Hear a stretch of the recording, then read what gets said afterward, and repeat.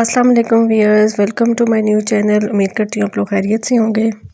मैंने ये new channel create किया है। मेरा ये चैनल मेकअप आर्ट से रिलेटेड है। इस पर मैं डिफरेंट मेकअप लुक्स क्रिएट करूँगी। तो वो तमाम गर्ल्स जो मेकअप सीखना चाहती हैं, जो मेकअप में दिलचस्पी रखती हैं, तो वो इस चैनल को ज़रूर सब्सक्राइब करें, वीडियोस को लाइक करें। मैं अपने ट्यूटोरियल में ईच एंड एवरी स्टेप बहुत डिटेल से डिस्क्राइब करती हूँ, बहुत डिटेल से मैं समझाती हूँ। तो उम्मीद करती हूँ आप लोगों को मेरा ये चैनल पसंद आएगा। जो मैं ट्यूटोरियल्स अपलोड करूँगी वो आप लोगों को पसंद आएंगे। तो चलिए आज फिर ये सबसे पहली लुक जो कि स्मोकी आई लुक है, इसको क्रिएट करना स्टार्ट करते हैं।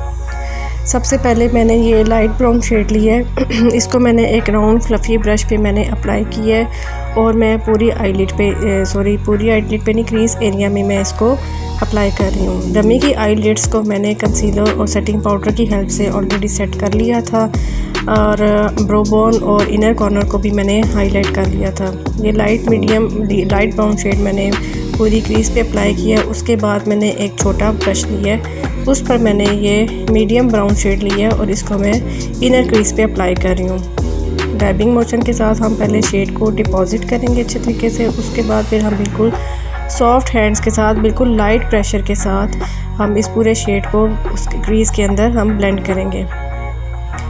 ब्लेंडिंग करते हुए हमने प्रेशर बिल्कुल भी नहीं देना, बिल्कुल हल्के हाथ के साथ हमने ब्लेंड करना है, वरना शेड्स फट जाते हैं, पैचेस बन जाते हैं।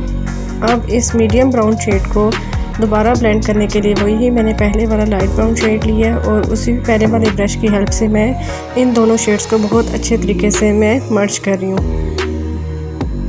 उसके बाद मैंने एक ये फ्लैट ब्रश लिया है और इस फ्लैट ब्रश से मैं ब्लैक शेड अप्लाई कर रही हूँ। पूरी आईलिड पर मैं ब्लैक शेड को अच्छे तरीके से अप्लाई करूँगी। Black smoky I look create करने के लिए जेल लाइनर या केक लाइनर का भी इस्तेमाल किया जाता है, लेकिन मेरा ये ब्लैक शेड बहुत अच्छा था, बहुत पिगमेंटेड था, तो इसलिए मैंने फिर इसी को अप्लाई किया। अब इसकी जो हार्श लाइन आपको नज़र आ रही है, इसको ब्लेंड करने के लिए मैंने मीडियम ब्राउन शेड जो मैंने पहले यूज़ किया था उसकी हेल्प से मैं इन दोनों को आपस में अच्छे तरीके से ब्लेंड कर रही हूँ। यहाँ स्पीड थोड़ी मैंने तेज़ कर दी है। ये देखिए, अब ब्लैक शेड की जो हार्श लाइन थी वो बहुत अच्छे तरीके से ब्लेंड हो गई, लेकिन ये जो ब्राउन शेड मैंने अप्लाई किया है इसकी हार्श लाइन अभी नज़र आ रही है। तो इस ब्राउन शेड की हार्श लाइन को मैं सबसे पहले वाले ट्रांजिशन शेड के साथ मैं इसको ब्लेंड कर लूँ। तमाम शेड्स को अच्छे तरीके से ब्लेंड करना है। ब्लेंडिंग बहुत अच्छी होनी चाहिए, अच्छे तरीके से इन्हेंस होता है।